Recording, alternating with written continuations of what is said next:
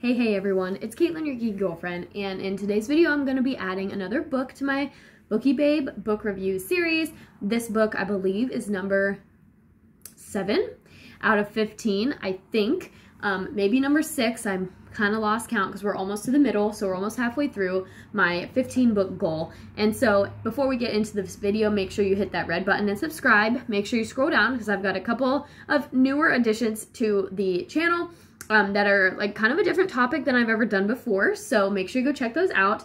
And let's get into today's video. Today I'm going to be reviewing The One and Only Ivan. This book was recommended to me by several people, old co-workers, clients that I work with, their parents, as just like one of the best children's books of all time. There is a movie about it, I'm pretty sure, on Netflix, and there is a sequel as well. And so I want to show you just a little bit of the inside because the chapters are like this. They're 1 page, 1.5 to 2 pages. It does have some small illustrations, but nothing major. And the language is told and written from the viewpoint of Ivan the gorilla. And it tells his whole life story. And Ivan was sadly taken from the wild and born and raised in captivity or in the domestic home of a human. And it is a very, very sad novel from that perspective.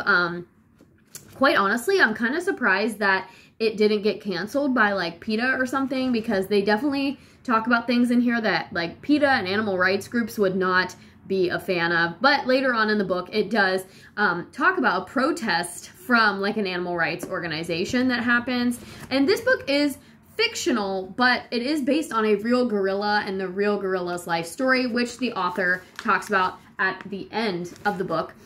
So that was really nice. But when I was reading it, I was like, oh my gosh, this is so sad. Why would people recommend this book to me? It was so, so sad. But it was very charming, very endearing, and it has a happy ending. So I will go ahead and give you that minor spoiler that it does have a happy ending. The book read very, very quickly, as I said, because the chapters are very short, very concise, but the overall message is very nice. The overall message is that, you know, gorillas are very intelligent and they aren't just animals in a cage. And it's important to remember that animals are living beings and the way we treat them is recognized by them. They can feel things. And so it kind of delves into some of those feelings and perspectives. But the book started off very sad and it had me like really in a sad mood, and then it does perk up a little bit later on and going after the climax into the end of the novel. But it was a very fast read. I crossed it off my list. It was super cute. I don't know if I would be intrigued to read the second one just because of how sad this one was in some parts. But like I said, it is interesting that it is told from the viewpoint of Ivan the gorilla. And it is a very sweet story. And it's interesting that it is based on a real life gorilla. So very short and sweet little review. I do think that it is a good book for kids. This is a children's chapter book, very easy for kids to read, like definitely 3rd, 4th, 5th graders would be able to handle it. I think maybe it would be a little bit too harsh and a little bit too, yeah, I guess harsh is a good word, maybe dark for 3rd graders. So your upper elementary, middle schoolers, this is a great one that they can very easily read and check out. It would be a good class reading book too. Lots of different themes in there and like advocacy, different things. So for a kid's book and from a kid's perspective, it is a good one if you are a middle schooler and looking to read it or looking for new books to read, or like I said, an upper elementary.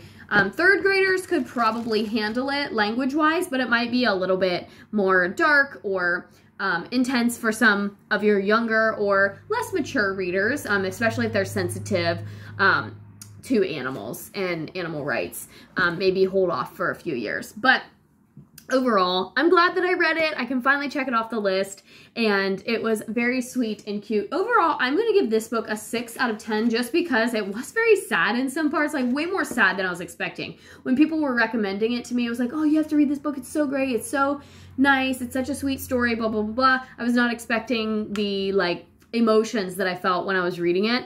It did read very fast, but yeah, I was just sad reading it. It made me really sad, which is a good thing. That's the emotion that you're supposed to feel. You're supposed to feel sad. You're supposed to feel moved to advocacy and agency and all of those things. So that's how it's supposed to make you feel, but I didn't like how I felt when I was reading it. So I'm going to give it a 6 out of 10. You can find my full review over on Goodreads at Caitlin McClure, your geeky girlfriend over there. Make sure you get that underscore, and you can check out my full review over there. I believe I gave it 4 out of 5 stars simply because it was sad. So,